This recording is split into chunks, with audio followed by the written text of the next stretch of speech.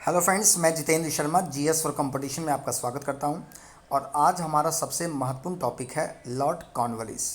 Lord Cornwallis की biography से लेकर के उसके द्वारा भारत में किए गए सभी सुधारों पर मैं विस्तार से डिस्कस करने जा रहा हूं। अगर आप यूपीएससी की तैयारी कर रहे हैं या आप पीसीएस की तैयारी कर रहे हैं या आप कोई भी वनडे एग्जामिनेशन दे रहे हैं तो ये वीडियो आपके लिए बहुत ही महत्वपूर्ण है। यकीन मानिए फ्रेंड्स, पिछले 10 सालों से मैं बच्चों को पढ़ा रहा हूँ। यहीं से एग्ज़ाम में क्वेश्चन पूछेगा आपका एग्जामिनर। अगर लॉर्ड कॉर्नवालिस से क्वेश्चन बनता है तो इससे बाहर कोई भी क्वेश्चन नहीं आएगा। फ्रेंड्स, चैनल को अगर सब्सक्राइब नहीं किया है, चैनल को सब्सक्राइब कर लीजिए, बेल आइकन जरूर दबा दीजिए, लाइक जरूर कीजिए, शेयर जरूर कीजिए। चलिए स्टार्ट करते हैं। लॉर्ड कॉर्नवालिस की बात करें तो पहले इसके जन्म से स्टार्ट करते हैं। लॉर्ड कॉर्नवालिस की बात करें तो लॉर्ड कॉर्नवालिस का जन्म 31 दिसंबर 1738 को, यानी 31 दिसंबर 1738 को इसका जन्म ग्रॉस वेनर स्क्वायर में लंदन में हुआ था। नोट कर लीजिए अच्छी तरह से, यानी यूनाइटेड किंगडम में ही इसका लंदन में इसका जन्म हुआ था। जबकि 5 अक्टूबर 1805 को गाजीपुर यानी उत्तर प्रदेश के गाजीपुर शहर में इसकी मृत्यु हुई थी। और एकमात्र ये ऐसा गवर्नर जनरल है जिसकी कब्र गाजीपुर में स्थित है। इसका पूरा नाम चार्ल्स एडवर्ड कॉर्नवालिस था। नोट कर लीजिए फ्रेंड्स, पूरा full name Charles Edward Cornwallis इसका पूरा नाम था। चलिए अब इसके बारे में पूरी तरह से पढ़ते हैं। अगर हम लॉर्ड कॉर्नवालिस के भारत में किए गए कार्यों पर विश्लेषण करें तो इसका सबसे महत्वपूर्ण काम था जुडिशियल रिफॉर्म्स, यानी न्यायिक सुधार। अगर हम जुडिशियल रिफॉर्म्स की बात करें तो सर्वप्रथम लॉर्ड कॉर्नवालिस ने न्यायिक सुधारों के अंतर्गत जिले की समस्त शक्ति कलेक्टर के हाथों में केंद्रित कर दी थी। यानी जिले में सारी की सारी शक्ति कलेक्टर के हाथों में, यानी डिस्ट्रिक्ट मजिस्ट्रेट के हाथों में केंद्रित कर दी थी। वह 1787 ईस्वी में जिले के प्रभारी कलेक्टर को दीवानी अदालत का दीवानी न्यायाधीश भी नियुक्त कर दिया था।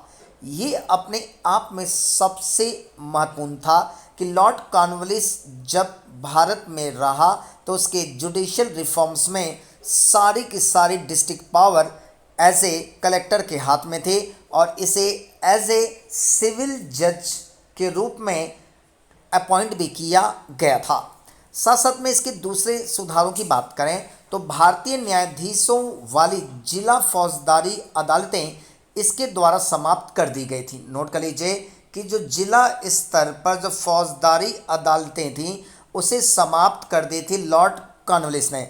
और इनके स्थान पर 4, नोट कर लीजिए यानी 4, इनके स्थान पर 4, 3 बंगाल और 1 बिहार के लिए भ्रमण करने वाले न्यायालय स्थापित किए गए थे। ये अपने आप में सबसे महत्वपूर्ण है कि 3 बंगाल के लिए और 1 बिहार के लिए पूरी तरह से एक सर्किट कोर्ट की स्थापना की गई थी और ये घूम घूम करके शहरों में फौजदारी न्याय देने में इन जजों की भूमिका हुआ करती थी। यानी यहाँ पर 2 चीज़ें सबसे महत्वपूर्ण थी कि जुडिशियल रिफॉर्म्स में इसने सबसे पहला काम किया कि डिस्ट्रिक्ट स्तर पर कलेक्टर को सारी शक्ति दे दी और कलेक्टर को ही दीवानी अदालतों का एज ए न्यायाधीश भी नियुक्त किया गया था। साथ साथ में फौजदारी यानी क्रिमिनल केसेस से रिलेटेड जितने भी यहाँ पर कोर्ट थे उन्हें समाप्त कर दिया और इनके बदले में 4 सर्किट कोर्ट का फॉर्मेशन किया और ये घूम घूम करके न्याय व्यवस्था का संचालन करते थे। आई होप इसके द्वारा किए गए इन कार्यों को अच्छी तरह से आपको समझ में आ गया हो। अगर हम इसमें अगर बात करें आगे इसके कार्यों को लेकर के तो कॉर्नवालिस को कॉर्नवालिस कोड यानी कॉर्नवालिस संहिता के लिए जाना जाता है। इतिहास में कॉर्नवालिस कोड के लिए ही इसे जाना जाता है। अगर हम इस कार्नवालिस कोड की बात करें कि आखिर ये कार्नवालिस कोड था क्या, फ्रेंड्स समझिए ध्यान से, ये पूरा का पूरा डायमेंशन यहाँ पर स्पष्ट है। 1793 यानी 1793 में प्रसिद्ध कार्नवालिस संहिता का निर्माण करवाया था लॉर्ड कार्नवालिस ने, जो शक्ति के पृथकीकरण के सिद्धांत पर आधारित था। अगर हम यहाँ पे बात करें, कार्नवालिस कोड यानी 1793 में आया था और ये पूरी तरह से सेपरेशन ऑफ पावर्स पर बेस्ड था। साथ साथ में अगर बात करें तो कार्नवालिस संहिता से आगे चलकर कलेक्टरों की न्यायिक एवं फौजदारी से संबंधित शक्तियों का हनन किया गया था और अब उनके पास मात्र कर वसूल करने की शक्ति रह गई थी। यानी अगर मैं इसका विश्लेषणात्मक पॉइंट ऑफ व्यू से डिस्कस करूं तो फ्रेंड्स 1793 में कार्नवालिस कोर्ट की स्थापना की गई और इसके तहत जो डिस्ट्रिक्ट मजिस्ट्रेट थे उनसे जुडिशियल पावर्स ले लिया गया और अब उन्हें कर वसूल करने का राइट्स अपने क्षेत्र में और पूरा एडमिनिस्ट्रेशन चलाने का राइट्स दिया गया था। यही था कार्नवालिस संहिता। कार्नवालिस को यह अनुभव हुआ कि कलेक्टर के रूप में किए गए अन्याय का निर्णय कलेक्टर स्वयं न्यायाधीश के रूप में कैसे कर सकता है। अतः कार्नवालिस ने अपनी उक्त संहिता के द्वारा कलेक्टर की न्यायिक एवं फौजदारी शक्तियों को वापस ले लिया था।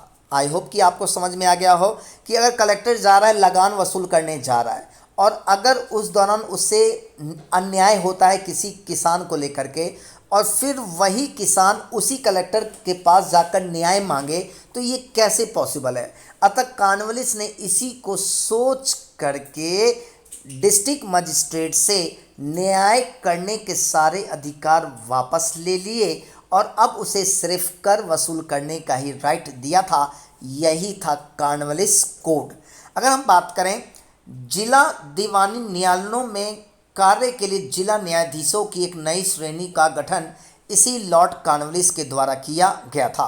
यानी जब डिस्ट्रिक्ट मजिस्ट्रेट से सारे जुडिशियल पावर ले लिए गए तो फिर अलग से जिला स्तर पर डिस्ट्रिक्ट कोर्ट का फॉर्मेशन किया गया था और ये कार्य लॉर्ड कार्नवालिस के समय में ही हुआ था। आगे बढ़ते हैं।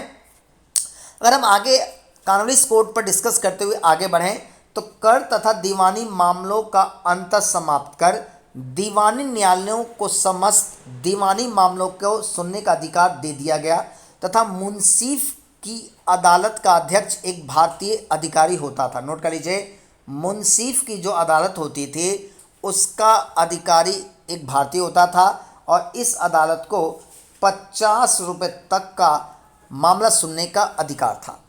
अब यहाँ पर मैं थोड़ा सा विश्लेषणात्मक रूप से आपको डिस्कस करने जा रहा हूँ। फ्रेंड्स, था क्या कि लॉर्ड कार्नवालिस ने ये कन्फर्म था कि डिस्ट्रिक्ट स्तर पर पूरी तरह से जुडिशियल सिस्टम में बदलाव कर दिया था। यहाँ पर सबसे महत्वपूर्ण जो अदालत थी, सबसे निचली अदालत मुंसिफ की अदालत थी। नोट कर लीजिए फ्रेंड्स, सबसे निचले स्तर पर मुंसिफ की अदालत हुआ करती थी। यानी मुंसिफ की अदालत सबसे निचले स्तर पर थी और इस अदालत को 50 रुपये तक का मामला सुनने का अधिकार था और मुंसिफ की अदालत का अध्यक्ष एक भारतीय ही हो सकता था। अगर मुंसिफ से ऊपर चलें तो इससे ऊपर रजिस्ट्रार का न्यायालय हुआ करता था। इस न्यायालय को 200 रुपये तक का मामला सुनने का अधिकार था और रजिस्ट्रार न्यायालय में कोई यूरोपियन न्यायाधीश ही नियुक्त हो सकता था। यानी फ्रेंड्स, आपका दिमाग कह रहा है कि सबसे छोटी अदालत मुंसिफ की थी और इस पर भारतीय अधिकारी नियुक्त होता था और इससे ऊपर जो रजिस्ट्रार का न्यायालय था इसमें 200 रुपये के मामलों के संदर्भ में यहाँ पर यूरोपियन न्यायाधीश को ही नियुक्त किया जाता था। साथ साथ में अगर हम आगे बात करें, इन दोनों न्यायालयों से ऊपर एक और न्यायालय था जिसे जिला न्यायाधीश के न्यायालय के रूप में जाना जाता है। जिला न्यायाधीश सभी दीवानी मामलों की सुनवाई करता था। यानी सबसे पहले मुंसिफ, उससे ऊपर रजिस्ट्रार और उसके ऊपर एज ए जिला न्यायाधीश की नियुक्ति का प्रावधान लॉर्ड कॉर्नवालिस के समय में किया गया था। अगर हम इसके ऊपर भी चलें तो इसके ऊपर भी न्यायालय हुआ करते थे। इसमें अगर हम बात करें, जिला के ऊपर 4 प्रांतीय न्यायालय होते थे, यानी प्रोविंशियल, यहाँ पर 4 प्रांतीय न्यायालय भी हुआ करते थे, ध्यान रहे। यानी प्रांत की बात करें तो लाइक एज ए स्टेट, उस समय प्रोविंस कहते थे, आज right now as a my mistake, उस समय प्रोविंस कहते थे और राइट नाउ आज स्टेट कहते हैं। अतः जिला स्तर के ऊपर 4 प्रांतीय न्यायालय थे और ये न्यायालय कलकत्ता, मुर्शिदाबाद, ढाका और पटना में स्थित थे। इन न्यायालयों में जिला न्यायालयों के निर्णय के विरुद्ध अपील हो सकती थी और यह न्यायालय 1000 रुपये तक के मामले की सुनवाई करता था। यानी फ्रेंड्स, यहाँ पे समझ में आया, पहला मुंसिफ की अदालत, फिर रजिस्ट्रार की अदालत, फिर प्रोविंशियल जजेस का प्रोविज़न और इसके ऊपर भी न्यायालय का प्रोविज़न की बात कर रहा है। अगर हम बात करें तो प्रोविंसेस से ऊपर सदर दीवानी न्यायालय का प्रावधान था और ये कलकत्ता में स्थित था। साथ साथ में अगर बात करें, कलकत्ता में स्थित सदन न्यायालय के निर्णय के विरुद्ध अगर देखा जाए तो 5000 रुपये से अधिक के मामले की सुनवाई के लिए सीधे सम्राट के पास अपील की जा सकती थी और इसके सदस्य गवर्नर जनरल और उसके पार्षद होते थे। यानी यहाँ पे सबसे महत्वपूर्ण है कि न्यायालयों का एक क्रम स्थापित करने में लॉर्ड कॉर्नवालिस ने अपना पूरा योगदान दिया था। ये पूरा कंफर्म है। यानी सबसे, अगर मैं सीरीज़ बनाऊं तो सीरीज़ के संदर्भ में पहला मुंसिफ, फिर रजिस्ट्रार, फिर डिस्ट्रिक्ट, फिर उसके बाद प्रोविंस के बाद बात करें तो प्रोविंस के बाद सदर न्यायालय की बात कर रहा है और सदर न्यायालय के ऊपर सीधे सम्राट की बात कर रहा है, जिसमें गवर्नर जनरल और उसके काउंसलर शामिल हुआ करते थे। इन सभी कार्यों के कारण ही लॉर्ड कॉर्नवालिस को सिविल व्यवस्था का जनक कहा जाता है। यही क्वेश्चन बार बार एग्जामिनर पूछता है, नोट कर लीजिए अच्छी तरह से। इतना सॉलिड कंटेंट, अच्छा कंटेंट, इतना बेस्ट एक्सप्लेनेशन आपको यूट्यूब पर कहीं पर भी नहीं मिलेगा। अगर फ्रेंड्स चीज़ें समझ में आ रही हैं तो मेरे चैनल को सब्सक्राइब जरूर कर लीजिए, लाइक जरूर करें और बेल आइकन जरूर दबाएं। चलिए आगे चलते हैं। लॉर्ड कॉर्नवालिस के कार्यों में अगर आगे बात करें तो लॉर्ड कॉर्नवालिस को भारत में पुलिस रिफॉर्म्स यानी सुधार के लिए भी जाना जाता है।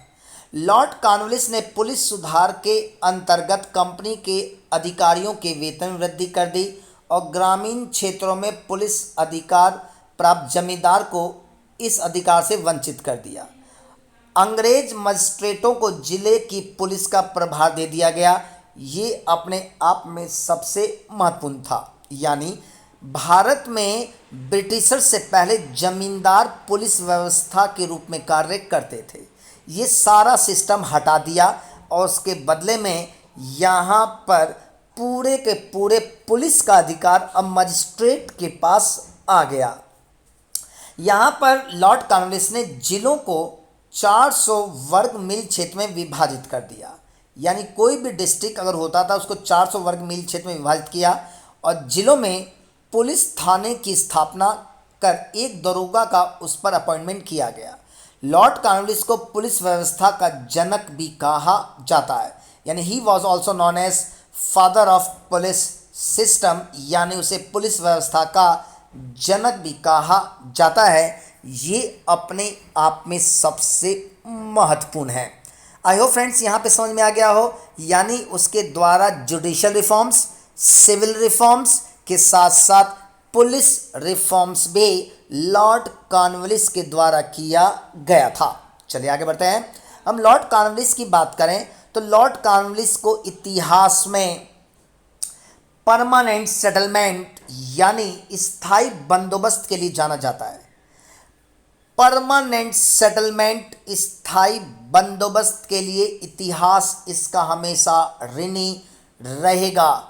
यहाँ पर लॉर्ड कॉर्नवालिस ने 1793 ईस्वी में स्थायी बंदोबस्त यानी परमानेंट सेटलमेंट की स्थापना की थी।